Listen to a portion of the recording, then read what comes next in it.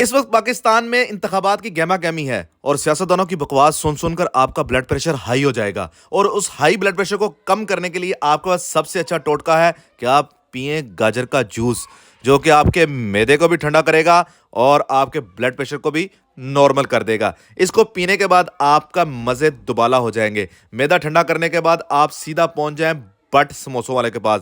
ये जितने समोसे तैरते हुए नजर आ रहे हैं, समझ लें कि सारे के सारे सियासतदान हैं। और आप उसके बाद बट के पास पहुंच जाएं और लें टोकन। उनके पास मुख्तलिफ किस्म के हलवा जाते हैं, जिसमें आपको गाजर का हलवा मिलेगा, दाल का हलवा मिलेगा और पेठे का हलवा मिलेगा। उसके बाद गर्मा गर्म समोसों के लिए आप पहुंचेंगे और आपको चटनी और साथ में चने बेहतरीन किस्म के।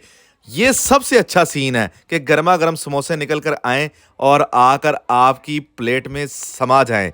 और उसके बाद आप उसको उठाएँ गरमा-गरम, जिसमें से धुआँ निकल रहा हो। उसके बाद थोड़ा-सा उसको तोड़ने के बाद धुआँ देखें और साथ में खाने के बाद